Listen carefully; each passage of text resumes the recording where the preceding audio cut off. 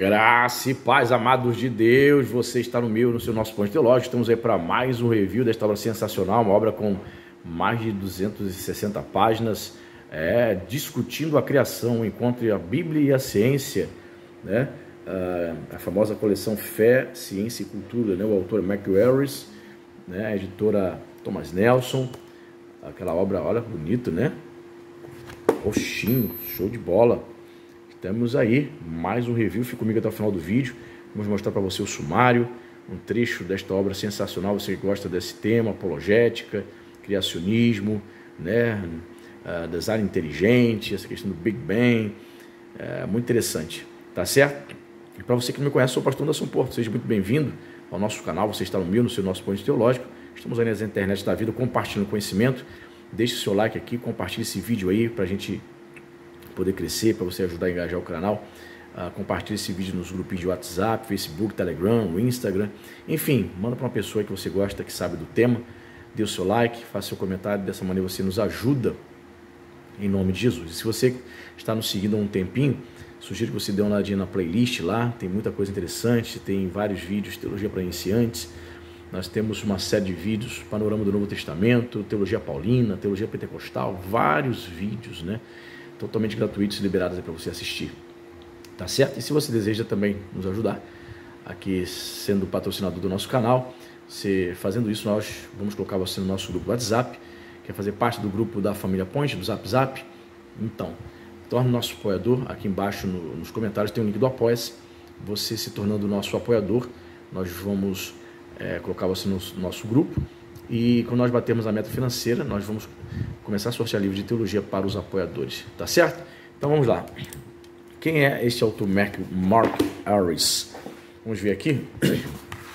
Okay, Mark Harris, professor titular de Ciência e Religião na Universidade de Edimburgo, né, na Escócia, tendo também estudado teologia em Oxford para sua ordenação na Igreja da Inglaterra, passou a aliar o trabalho de capelania no Oriel College, em Oxford, com a pesquisa e o ensino em teologia e estudos bíblicos.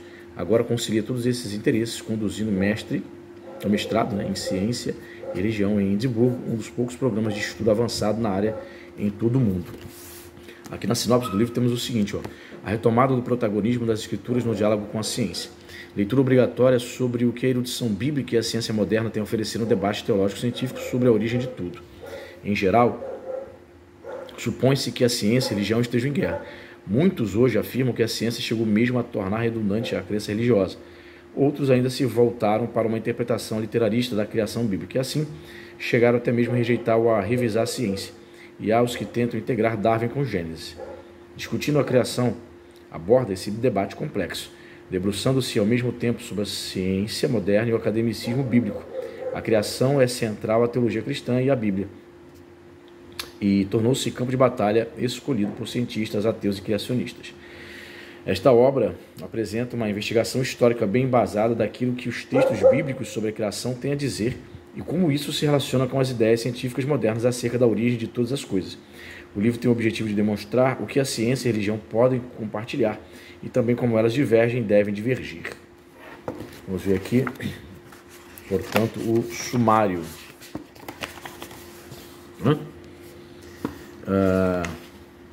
Aqui ele dá uma introdução aqui, né, sobre a questão da coleção Fé, Ciência e Cultura. Prefácio, edição brasileira, prefácio, introduções, ok. Aí já vem aqui o capítulo 1, criação de acordo com a ciência moderna. 2, criação de acordo com a Bíblia, em Gênesis, né? 3, criação de acordo com a Bíblia. 2, o padrão da criação. 4, a estrutura da criação bíblica. 5, Criador, criação, como esse relacionamento pode ser descrito. 6, a queda. 7, o sofrimento e o mal. 8, escatologia científica e nova criação. Conclusões, bibliografia, índice de passagens bíblicas e fontes antigas, índice remissivo. E aqui ele traz aqui uma introdução falando sobre essa coleção muito interessante aí, né, da Thomas Nelson, em parceria aí com o pessoal que estuda aí ciência, que gosta dessa questão do design inteligente, tá? Prefácio, edição brasileira. Mas eu já vou direto ao ponto, direto ao que interessa. Eu já abro aqui na página, no capítulo 6, né? A queda, que é a página 175. Ok? Aí ele vai trazer aqui, desafios científicos. Vamos ver o que ele diz aqui, ó. Perdão. Os 2 capítulos anteriores exploraram as estruturas científicas e teológicas dos textos bíblicos sobre a criação. Dissemos, contudo, muito pouco sobre J, a história da criação do autor javista, né? Ele segue aqui a teoria documental, né? Mas a importância desse texto na relação entre ciência e religião, desde as origens das espécies de Darwin, tem sido tamanho que o relato de J, né, do javista, do autor javista, merece seu próprio capítulo. É comum ouvir estudiosos e teólogos bíblicos se referirem à história de Adão e Eva no jardim como um mito. Veja como exemplo Dean Drummond. Certamente a biologia evolutiva moderna não vê nenhuma credibilidade histórica no ensino de javista, né, que é a narrativa lá de Gênesis, de que o primeiro homem surgiu já totalmente formado no princípio, mesmo antes da criação dos demais animais e das plantas. A concepção científica moderna do homem afirma seu aparecimento na Terra como extremamente recente, já no final de uma tortuosa cadeia evolutiva do desenvolvimento da vida, que se estende por centenas de milhões de anos. Por outro lado, muitos cristãos conservadores insistem que é vital manter uma historicidade básica do relato de javista, né? Uma queda histórica é um artigo de fé não negociável. Eu também penso dessa forma. Uma afirmação tão intransigente como essa advém da importância da queda nas teologias da redenção tradicionais do Ocidente. Se o darwinismo indica que a queda não pode ser historicamente afirmada, então 2 problemas teológicos surgem. Primeiro, ao problema do mal. O darwinismo implica que competição, luta, sofrimento e morte sempre foram parte integrante do mundo. Teologicamente, portanto, tais coisas devem surgir do ato criativo inicial de Deus e de seus atos criativos contínuos. São males necessários, parte do que tornou o mundo o que ele é. O mesmo pode ser dito do pecado humano, já que pode ser interpretado como inerente à ordem original criada, caso seja visto como resultado inevitável do egoísmo que surge da luta pela existência implantada no processo evolutivo. Sem uma queda histórica, os seres humanos devem ter sido sempre pecadores e caídos. Foram criados assim por Deus. Dessa forma, descobrimos que uma das primeiras e mais fundacionais controvérsias da Igreja é trazida novamente à tona, o debate gnóstico. Os ensinos cristãos, influenciados pelo gnosticismo no 2º e no 3º século depois de Cristo, operavam com uma cosmovisão dualista que compreendia o mundo criado como o produto maligno de uma duvidosa deidade menor. A salvação era a libertação do mundo material, de modo que significava a ascensão ao reino espiritual. Porém, pioneiros como Irineu estabeleceram a perspectiva cristã ortodoxa da criação, apontando que a criação inicial era boa, Gênesis 1:31, e passaram a deduzir que ela foi criada ex nihilo, ou seja, a partir do nada, né? Refletir a natureza do único Deus que a fez. Esse é um corolário importante do monoteísmo. Se existe apenas um Deus, e esse Deus é bom, então a criação também deve ser boa, já que esse Deus não pode ser a fonte do mal. Dessa forma, a bondade básica da criação foi consagrada como uma das proposições fundamentais da doutrina da criação. A declaração de Deus em P, né? P aqui é Pristan, né? Seria a teoria, a parte dos documentos escritos por sacerdotes. A declaração de Deus em P, de que a criação era muito boa, pode ter inicialmente significado mais como adequado ao propósito. Gênesis 1 e Deus no capítulo 2. Porém, diante dos debates gnósticos posteriores, a bondade assumiu uma dimensão moral como o oposto do mal e do pecado introduzido pela queda. E bom tornou-se moralmente bom. O darwinismo, porém, desafia tudo isso. Ao lançar dúvidas sobre a historicidade do javista e a ideia da queda, ele reavivou o antigo debate gnóstico. Barry Noble declara isso de maneira sucinta e sob uma perspectiva evangélica. Escreveu o seguinte: assim como a doutrina da criação ex nihilo, as doutrinas do pecado e da queda são parte integrante da teologia cristã. A ideia de que o Criador não pode ser a fonte do pecado e do mal, de alguma forma, é explicada porque a raça humana está caída e porque há pecado no mundo. Há muitos pensadores cristãos, especialmente desde Darwin, quiseram manter a expressão estado caído, enquanto dispensam qualquer acontecimento chamado de a queda. Será essa uma opção para a teologia cristã? Olha só. Debate, né? Fica claro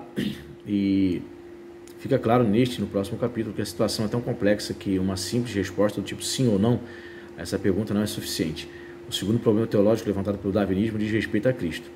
A ressurreição de Jesus Cristo torna o darwinismo incompatível com o cristianismo. acomodar o neodarwinismo é deixar a história bíblica, a qual é centrada na ressurreição.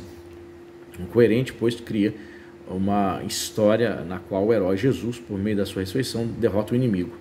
1 Coríntios 15:26, de sua própria autoria. Martin Lloyd Jones, né? Então, pessoal, percebe que ele traz o debate aqui, os prós e os contras dessas vertentes, né? Aos chamados evoteístas, né? Que seguem, você pode parar o vídeo aí para ver mais trechos, né? Os evoteístas, me parece que esse autor é evoteísta, né? Que acreditam que Deus teria usado a teoria darwinista para criar todas as coisas, enquanto ele também aqui reconhece, né? Ele reconhece que isso traz muitas complicações, extremamente complexos, traz problemas gravíssimos para a teologia ortodoxa, cara. E aí?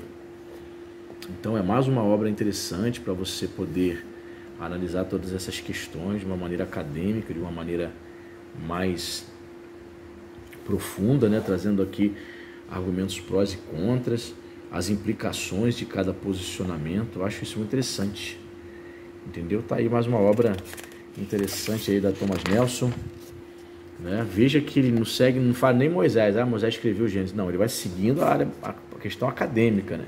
Teoria do Jota, né? Javista. Isso é uma teoria que a academia segue, né? Eles não dizem que foi Moisés que criou, que escreveu, melhor dizendo, o Pentateuco. Eles dizem que foram autores, vários autores. Teoria é o autor javista, né, representado pela letra J, o autor eloísta, representado pela letra E, o autor sacerdotal, representado pela letra P, de Preston, né, sacerdote em inglês, e o autor deuteronomista, representado pela letra D. Então, cara, é um tipo de obra para você que está nos seus estudos avançados. Talvez um estudante iniciante em teologia tenha dificuldade, não entenda muita coisa. É necessário ter compreensão de outras matérias, outras obras teológicas para poder entender bem essa aqui. Tá certo? Tá, mas tá aí mais uma dica do Ponte Teológico. Seja nosso apoiador. Deus abençoe e até a próxima.